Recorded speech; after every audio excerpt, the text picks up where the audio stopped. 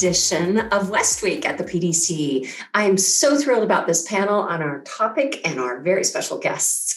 Okay, so today's topic is luxury hospitality. It seems that design, architecture, and construction in luxury hotels and resorts, not only in the US, but throughout the world, is booming and has been booming.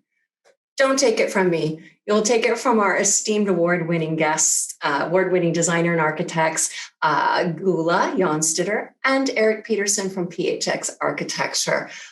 They say they have never been busier, and I think that is extremely positive news for us all. Gulla Jonsdottir is a groundbreaking Icelandic architect, interior designer, and a furniture designer. And she's known for her work exemplified by its dynamic use of forms and sensuality. We will learn all about her, but we're really happy that she's based in Los Angeles and here with us today. Erik Peterson, well, he grew up in Chicago. He has degrees from Iowa State and Arizona State University, my alma mater, degree in architecture, and we'll hear all about him too. Right now, he runs his 30-person firm in Scottsdale, Arizona, PHX Architecture, and we welcome you here today too. Welcome both of you, Gulla, Erik. Hi. Hi, thank you for having us. Oh my gosh, it's so good to actually see you. It's the closest I've gotten to seeing you. Yes. Okay, so first, before we go into anything, how are you and yours? How are you guys doing? I'm feeling, can I say guilt-free and sort of great. I'm back in LA after a year. So to be honest, it just feels good to be back here in California. I see that things are coming alive again, and it's good to be here today with you. And yeah, in sunny California. I've been away for a while, so. That's wonderful. And Erik, you're doing well? Yes, really good. I mean, I'm feeling so optimistic. I mean, after coming through the year that we've all been through and the place that I thought we might be in a year and where we're actually at is really quite incredible. So feeling great and really longing to get back together with everybody in the design community and see people face to face. I know, and you know we will. And because of you two sharing what we're going to talk about today, that's even brings us all more hope. There is light at the end of this long tunnel. Yes. So I know you guys both have said that you have never stopped working, not ever. You've both say you've been the busiest you've ever been, even during this time with the shutdown and travel restrictions. So tell me, what is that about? Is it new demand? Is that something unusual? You care to speak about it? I mean, people aren't staying in hotels. Is this planning for the future, Gulla? It's absolutely that. It's planning for the future. So most of my work is hotels, and it takes a few years to design them, to build them. So it's usually a 2 to 4 year process. I joke sometimes, I feel like I'm the screenwriter for the film. So it's the preparation for everything that's yet to come. You're the first in and the first out. There you go. That's true. It's a long process. So it was good to use this time to do all this sort of pre-work, like sit down with my team, even though it was remotely, to design and draw all these projects that will now starting construction literally like next month. So wow, this time was well used, and sort of grateful for this brain stimulation. As we couldn't travel much, at least my brain was traveling to different countries where the projects are. And right. I feel that's the reason, really, because it's so far advanced, the work that we do. Well, hallelujah. Isn't that wonderful? You got to stay busy. It is a blessing. Absolutely. Yeah, be creative and continue moving forward. Erik, the same for you. I know you both each had very different work experiences during the downtime, meaning the shutdown time. Erik, what about for you? What's this past year and months been like for you? Well, we were really lucky to have greenlit a whole bunch of projects just before the pandemic hit and the shutdown. So we had projects that were actually starting to get moving and starting going, that the design work had been done. And those were actually expedited even more because not only did we have no guests in the hotels, so that made construction easier, A lot of times we have to, coordinate construction around trying to keep half of the hotel open and create pathways for guests to still experience the hotel. That became easier. I mean, super hard on a hotel to have to lay off their entire staff, but very good for the construction industry, who was able to still, continue to build without having to coordinate around guests. So we had a lot of projects moving forward. The difficulty was in the travel, because as Gulla knows, I mean, we have to be on site quite a bit through construction. And although they were deemed essential, for construction, it was sort of risky on the part of the architect and design team to travel and be on site. And we had quite a few of our construction sites become COVID zones, in each of the different areas. We work throughout the Southwest. And so from Texas to Oklahoma to Nevada to California, every state had different guidelines and different rules for construction. And, the travel became much more difficult. So Sure. Trying to negotiate that, I had a number of construction managers, FaceTime me and try to show me a construction site, which it just is not the same. No, it's not. No. You bring up a good point. I had heard this, that, since the occupancy levels were so diminished and non-existent in most of the larger hotels and resorts, that it was a great time for those properties to refurbish too, remodel, refurbish. I have friends in the art world that were procuring new art for these projects. Again, like you said, it was an easy time to do that. And construction, of course, is an essential business. I mean, I know here in Los Angeles, it never stopped. It was just every other residence all through the city. But still, designing and walking through the sites. Gulla, where were you? I understand that you were basically out of the country for a year. Tell me how you worked and where were you and how you managed to do it all. That's true. I literally just got back before the weekend, and it's been a year. So when the sort of shutdown happened in LA about a year ago, I went to Miami for 2.5 months to stay with some friends that loved me dearly and didn't trust me to be by myself in LA. And then after that, I went to Iceland. So I'm from Iceland, and I was going to just go home for a month or two, but I was there for about 9 months, and I haven't spent this much time in my home country since I was 19. Wow. So it was just one of those things that you take it as it goes and you go with the flow, what's safest, what's best for you and the team. My team was working remotely from home. So I guess it didn't really matter if I was in Iceland or California. So you were doing Zoom every day? We did Zoom once or twice every day. And we kept each other alive. My team saved me, like totally. And I think maybe we saved each other through this, just talking to them every day. And then, of course, different clients, different days of the week with Zoom calls. I probably would have been on that plane like 3 times a month. But now I was looking out my window in Iceland, looking at a plane. I'm like, what is that? That's a foreign object. So yeah, Iceland became my saving grace. And it was a wonderful place to be after all these years. And it was easy to work remotely. I mean, it's 8 hours ahead. So I guess I worked later in the day, but I could do my mornings to do my thinking and focus and sketch because everybody else was asleep. So, right, you never missed a beat. You didn't take a vacation, though. I understand. You know what? Usually, I'm like that European that likes to take a long vacation every summer, 2 or 3 weeks at least. This year, I didn't take a day off. Yes, maybe 2 days to go to the countryside, and that's it. That's really it. I don't know why. It just sort of the work was so busy, and it kept us, stimulated up here, and it was wonderful. Fantastic. I think it's very, very promising and inspirational news. Erik, I know you had a very different experience. You were actually on planes because you have jobs and you were working in different restrictions in different states and stuff. What was that like, traveling and being in hotels at that time when you were working? I mean, were you worried, and what was it like? Were there people out? Well, I think it depends on where people were, right? So I was in Arizona, was where we're based, and I have my satellite office in Beverly Hills. So I think just the way that things were communicated and sort of the feeling that we had in Arizona was that things were not so strict, and things were a little bit more loose. And So I continued to come to the office even during the time when my staff was working from home, and just sort of felt some sense of normalcy, at least being in the office space and running things. But for about a month, there was no travel whatsoever, and everything was stopped. And I was trying to really just regroup during that time and figure out, how are we going to do this? How are we going to work? And what are we going to do?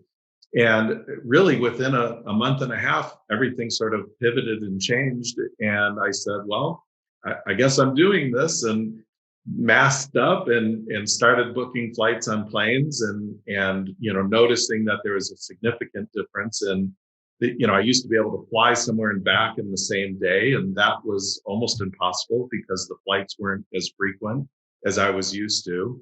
And it might have even involved going through a different city when usually I could fly there direct.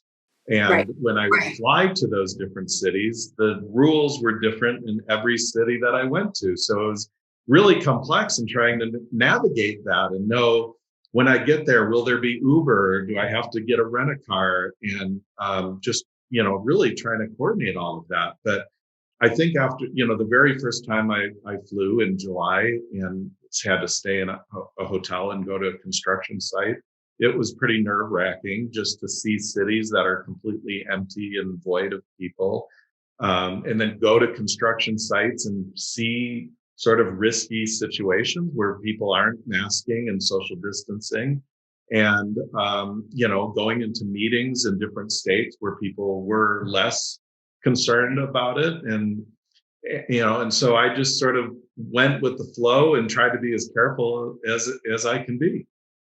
Right. And so were you safe throughout that time? You came out unscathed? So surprisingly, I was safe through that whole time, and we brought our office back into our offices in late July, and we practiced masks and social distancing and temperatures. And after all of that, with all the meetings I've been in and all the travel I've been in, I ended up actually getting testing positive in November. And it was due to the fact that my son had contracted it during sports at school and brought it home and infected our family. And I'm, lucky and blessed that it did not have any serious side effects during that time. And we went through our quarantine period and successfully, did not have any sickness through that. Wow, you are very lucky. I can't believe Yes. you went through all that, traveling around, being cautious, and your teenage son comes home and everyone Yes, gets. yeah, But thank goodness you weren't hospitalized kind of sick. I mean, exactly. it's really hard for everyone. It And is. we're all fantasizing about traveling and gathering and getting together. I know I am familiar with a lot of your projects. Some of my favorite venues, but I would love to hear from each of you. Gulla, can you tell us some of the exciting projects you're working on? And Erik, we'll hear from you too. Yes, of course, sure. So, as you know, I designed the La Pierre Hotel in the neighborhood of PDC. So that is sort of has become my home away from home, and it's a Kimpton hotel brand, a lovely brand. And they asked me to design for them their flagship hotel in the Middle East. So this project is quite large, and it's kept us very busy. And it's a wonderful hotel in Riyadh in Saudi Arabia. So that's going to be about 200 rooms and 2 restaurants and pool and lobby and gardens, and like a very exciting location for someone like me from Iceland that has never been to that part of the world before. I mean, I went there twice in January, February before the lockdown. So that's one. And then we're doing another nice project in Miami Beach. It's a Thompson Hotel right in South Beach. So it's a very exciting project. And we're literally turning in our final drawings tomorrow, and they start construction in April. So that's kept us busy. And then we have a restaurant opening soon called Esperanza in Manhattan Beach, doing a house and a residential tower and a restaurant in the Bahamas. So yeah, a few wonderful projects. And I have to say, like, not just wonderful projects, but the clients have become my friends. Like, it was so nice to even see them on Zoom, with different accents from around the world. So it's been a sort of a saving grace to have these projects and the people that are involved in it. Right. So there's that wonderful connection as well. There is, yeah. Yeah, it's so nice to be able to keep that up during these times, and maybe more so in some ways. Erik, and you're a busy man too. What's going on? What have you been? Well, we had some amazing restaurants that had just opened prior to COVID, which was amazing, and they've made it through. St. Mark's, which is in Century City, had just opened and was really getting their feet wet with everything. And then also in Long Beach, we had Ola Mexican Kitchen, which had just opened, unfortunately, right at the beginning of this. But most of the restaurants that we do are pretty open to the outside. And so that was really something that was really great for them, because of course in California, that was, a requirement to have outdoor dining components to it. And we've been working on the Biltmore Hotel in Phoenix, which is a Waldorf Astoria hotel, and inspired by Frank Lloyd Wright, an apprentice, and really special for me because my first job was at Taliesin Architects. And so to be a part of a legacy iconic hotel like the Biltmore and linked into Frank Lloyd Wright, and that's been going this whole year and will open next month. So really excited about that. And we finished a really amazing gastropub at Desert Highlands in Scottsdale called Jack's, after Jack Nicklaus.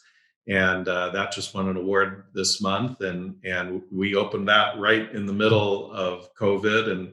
And luckily for me, I wasn't invited to the grand opening party because it turned into a super spreader. But these are just the things. People are so excited to be together and want to enjoy these projects that everyone has worked so tirelessly to make come alive, and they want to celebrate. And Sure. We just have to remember to still be very careful. Yeah, it's coming. It's coming. Yeah. So I have a question for you both. Have you, with all this year of designing and working and building these hotels and resorts, have you had a different directive from the developers and from the clients? Are they taking precautions like distancing? Is everything automated, automation, no touch? Tell me what kinds of ways, perhaps not, a change. Is there any change in the design stipulations? Did you have to go back in and undo something? Actually, no. Strangely so. But I feel like because these projects that I'm talking about are going to open in 2 years, so they feel like COVID will be over and everybody will be hugging each other again and dancing through the hallways. And we don't really, always like the materials that we choose are regardless, they're sustainable and easy to clean and all that stuff. But there hasn't been so much change as far as my work or my client's request. I feel like I was telling Erik, we should probably invent something, but I haven't, and I kind of feel guilty about that. But maybe after this meeting we can. Yes. Yes, but no, I think life goes on, and after COVID, people will be so happy to be together. And the only change I've seen from a hotel operator is they asked me for no throw pillows. That's really the only change that I have come across. Because those are not hygienic. You can't clean those all the time. I guess so. Yeah. Of all things. What about rugs? Well, we just do area rugs and they can clean them, right? I don't know. I guess so. So that's really interesting. But this is why you guys have been so busy and why the industry is booming, is because nobody's thinking right now. They're thinking these things take years to on the other side of all that's going on now. We'll all be back at it, I guess, socializing and gathering. Erik, have you had same experience? Not too much. Doesn't sound like a whole lot of caution. Really within the first month, everybody was saying, "Oh my goodness, take out the community tables and no more booths and things like that." And we all just sort of said, "No, that is not the way to approach this. This will be something that passes. We need to be, hospitality projects are about being together and coming together and socialization and being in a packed bar or in a restaurant that has that energy in it." And so I think it was just sort of that, like, calm down, this is all gonna pass and we're gonna be there. I think thankfully, maybe the only thing that goes away is the buffet. And I'm not concerned at all that does go away.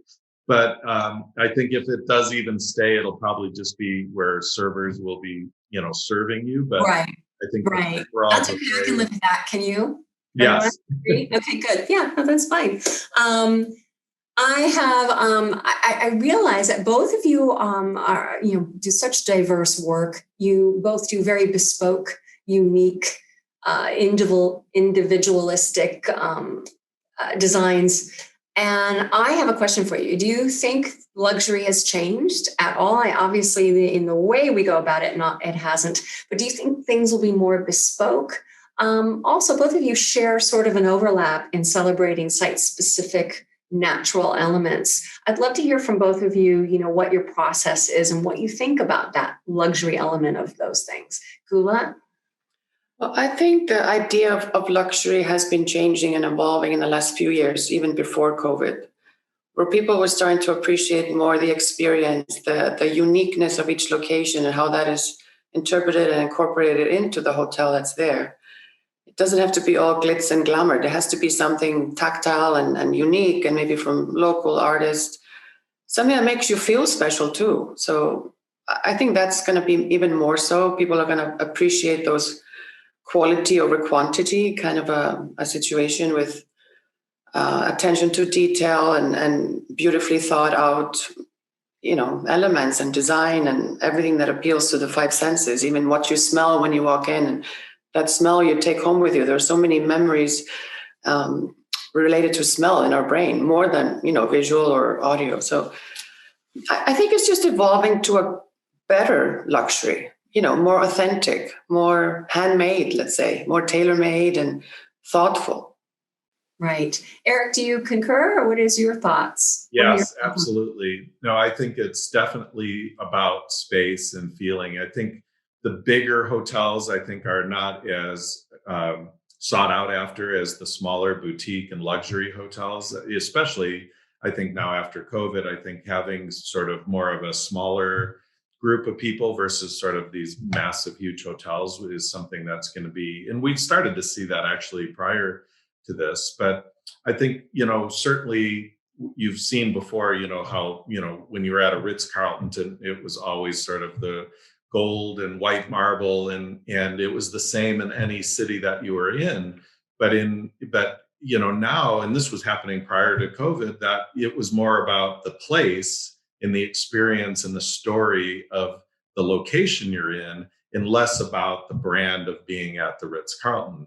And I think that's really, really exciting, because, to just, go and travel to all these different cities and the hotel stays exactly on brand standard, I think is sort of sad in a way for the hospitality industry. And so I'm really excited that we're able to now tell a story and let the guests really experiencing something different everywhere they go. And really, I think that's probably something good that social media has brought to hospitality, because every city, every hotel now wants to create sort of a social media Instagram moment where people can take pictures, and it is sort of advertising for that place. And if every hotel looks the same, you don't get that same effect. And so that has really been something we've seen from our hotel operators, that they want to create something really special that their guests will take photos of and share. Right. So no, cookie cutter is out. Cookie cutter properties, you guys don't do that anyway. You're known for not doing that. So if you're in Hawaii or you're in Dubai, you want to feel like you're there by your surroundings, see the elements and landscapes and artists and artwork and so forth. Okay. So with everything you both have done and continue to do, and you're very, very busy, is there something that you haven't designed yet that's your dream design project that you would like to do someday? Gulla? Well, since you ask, I would love to design an Olympic stadium. And the reason for that is, in my work, I'm very inspired by nature, but I'm also inspired by the human body and the shapes of muscles or lines or light and shadow. And I feel like these athletes are really at their best performing at the Olympics. And I would just love to be able to create a shell around that. That would be my big, big dream, Jennifer. Why not? I can see you doing that. Why not? I bet you will, because now you've said it out loud. Now I said it to you, and you're going to make it happen. Right, me, because I'm the go-to to make Olympic stadiums happen. Whatever I can do, but oh my gosh, you'd be the perfect person to build that. Erik, and you, I mean, I want to go to that stadium, so get on Yeah. Erik. So I was really inspired early on by Franco Zeffirelli and his productions of the Met operas. And that really was something that sparked me into doing set and stage design through my high school years. That really led me into architecture. So I've always envisioned sort of coming full circle. And when I retire from architecture, to travel around the world and design the greatest sets for the most amazing opera houses around the world. And what an amazing way to sort of go into retirement and spend your time. And I think that was just work in retirement. Wonderful. Yes. That's fantastic. And traveling and working retirement and being around beauty. That sounds like you're more organized about this, Erik. I'm very proud of you. I think this will happen. Well, I've brought this up on numerous interviews, and immediately the Arizona Opera tapped me for their board. So they've already pulled me in and said, let's help make this a reality. But first, you should serve on our board. And so I'm slowly starting to get integrated into the opera world. I like it for you. People hear it. Well, I am looking forward to going to your Olympic Stadium and your opera houses and sets. And in the meantime, I can't wait to go. I'm sure all of us can't wait to travel and go to some of your destinations and beautiful places you created. What do you think the future is going to be like when we all can travel? What's the luxury hospitality business going to be? What's your impression? I have a feeling we will experience the roaring 20s again. I think people are so excited just to live life and appreciate it even more after this experience. So I have a good feeling about the future and enjoyment and appreciation of life, of friends. I mean, just going out to dinner with friends is actually therapeutic. You know, it's not normal to stay in so much. So the roaring 20s, in my opinion, are coming, and the hotels are going to be hopping and people are going to just enjoy being together again. I can't wait. I hope that's true. I think it might be. Erik, what do you think? Yeah, I agree. I think the hospitality industry is going to see something like they've never seen before. And one of the things that I think has been sort of really pushed through this pandemic is doing more things al fresco, outdoors.